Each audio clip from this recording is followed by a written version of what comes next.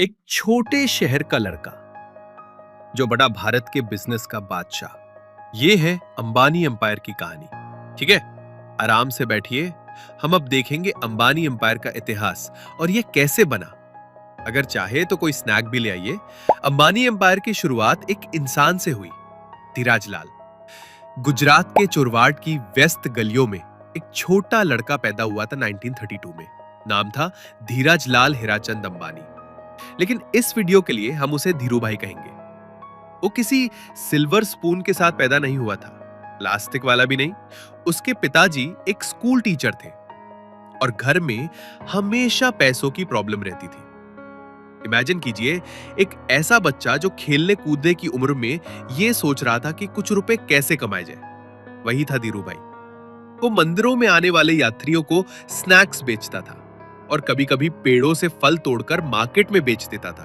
कुछ साल बीते और सिर्फ 16 साल की उम्र में धीरूभाई ने सोचा कि स्कूल उसे वो नहीं सिखा रहा जो वो जानना चाहता है। उसने पढ़ाई छोड़ दी, अपना सामान बांधा और निकल पड़ा आदन, यमन के लिए। अब आप पूछेंगे आदन क्यों? क्योंकि उसका बड़ा भाई वहां काम करता था और वो जगह अपॉर्चुनिटी से भरी लग रही थी।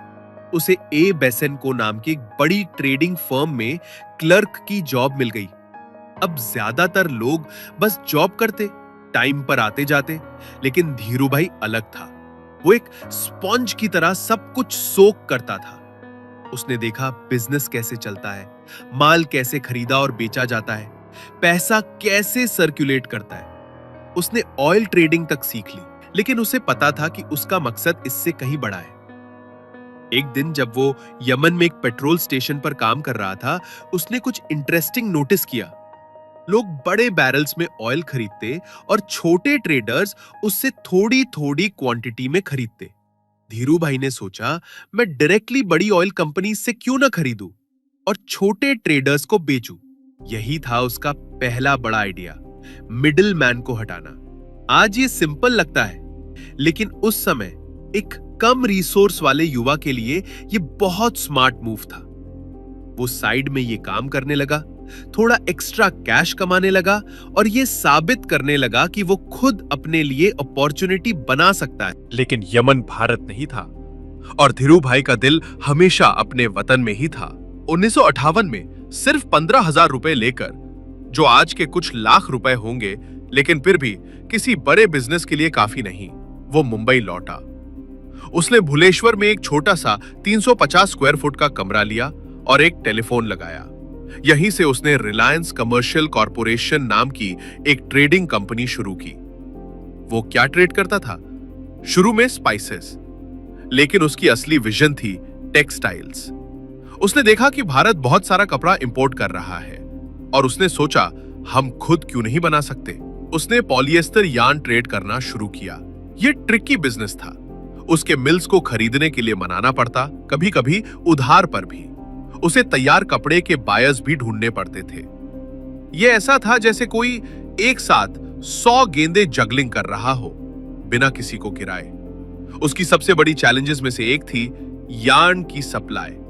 सरकार के इंपोर्ट रूल्स थे और कई बार शॉर्टेज हो जाती थी, लेकिन धीरू भाई हर बार सॉल्यूशन ढूंढ लेता था, डील्स करता था, रिसोर्सफुल बनता था।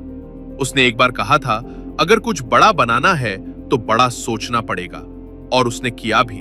वो यार्न इंपोर्ट करके सीधे सूरत के छोटे पावरलूम ओनर्स को बेचने लगा।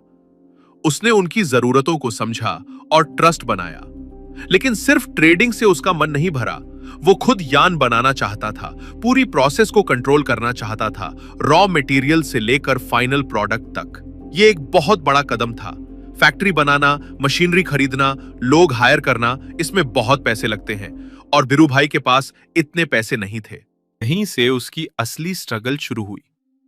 उसे बड़े लोन्स मिलना मुश्किल था क्योंकि उसकी कोई एस्टैब्लिश्ड कंपनी नहीं थी। तो उसने आम लोगों की तरफ रुख किया। उसने इंडिया का पहला पब्लिक ऑफरिंग जैसा कुछ शुरू किया, एक ऐसी कंपनी के लिए जिसे ज्यादा लोग जानते तक नहीं थे। उसने शॉपकीपर्स, टीचर्स, छोटे इन्वेस्टर्स से कहा कि अपनी सेविंग्स उसके बिजनेस में लगाए।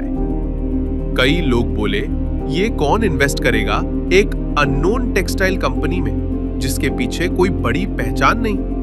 लेकिन धीरू भाई लोगों को कन्विंस करने में मास्टर था। वो उन्हें अपनी विजन बताता, इंडिया को टेक्सटाइल में सेल्फ सफिशिएंट बनाने का सपना। उसने अच्छे रिटर्न्स देने का वादा किया और पूरा किया। उसने इंश्योर किया कि उसके छोटे से छोटे शेयर होल्डर को भी लगे कि वो किसी बड़ी चीज का हिस्सा है। वो एनुअल जनरल मीटिंग्स स्टेडियम में करता था क्योंकि इतने लोग आते थे। इमेजिन कीजिए, हजारों आम लोग अपनी मेहनत की कमाई एक कंपनी में लगा रहे थे, सिर्फ इसलिए क्योंकि उन्हें एक आदमी के सपने पर भरोसा था। 1966 में रिलायंस की पहली टेक्सटाइल मिल नरोदा, गुजरात में खुली। यह सिर्फ एक फैक्ट्री नहीं, एक सिंबल था। फिर भी उसे गवर्नमेंट के नियमों, कंपटीशन, पावर कट्स और लेबर इश्यूज जैसे कई प्रॉब्लम्स का सामना करना पड़ा। लेकिन उसने हार नहीं मानी। वो टायरलेस काम करता, शायद कुछ ही घंटे सोता, हमेशा अगले स्टेप के बारे में सोचता। उसे पता था कि सच्ची सक्सेस के लिए प्रोडक्ट को अफोर्डेबल और क्वालिटी वाला बनाना पड़ेगा। उसने विमल टेक्सटाइल्स बनाए जो घर घर का नाम बन गया। उसे पता था कि मार्केट कैसे करना है, आम आदमी तक कैसे पहुंचना है। उसे रिस्क लेने से डर नहीं लगता था।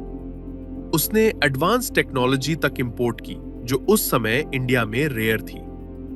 धीरू भाई की जर्नी वेल्थ क्रिएट करने की थी, सिर्फ अपने लिए नहीं, दूसरों के लिए भी। उसने कहा था, ग्रोथ की कोई लिमिट नहीं होती। वो एक्सपैंड करता गया, petrochemicals, oil and gas, telecommunications जैसी फील्ड्स में। हर कदम एक बड़ी चुनौती थी, मैसिव इन्वेस्टमेंट और टफ ऑपोजिशन। उसे पावरफुल राइवल्स और ब्यूरोक्रेसी से भी लड़ना पड़ा। कई बार ऐसा लगा कि सब खत्म हो जाएगा, लेकिन उसकी हिम्मत, खुद पर विश्वास और लक्ष्य पर फोकस उसे आगे बढ़ाते रहे। 2002 में जब उनका निधन हुआ, तब तक उन्होंने रिलायंस को एक छोटी ट्रेडिंग फर्म से बदलकर भारत के सबसे बड़े और ताकतवर कॉन्ग्लोमरेट्स में बदल दिया था। उनकी कहानी सिर्फ एक बिजनेस बनाने की नहीं, बल्कि एक एम्पायर खड़ा करने की है। यह साबित करती है कि विजन, हार्डवर्क और खुद पर भरोसे से सबसे हम्बल शुरुआत भी एक्स्ट्रॉर्डिनरी सक्सेस में बदल सकती है। असली सक्सेस सिर्फ ये नहीं होती कि आपके पास क्या है, बल्कि ये होती है कि आपने किन मुश्किलों को पार किया।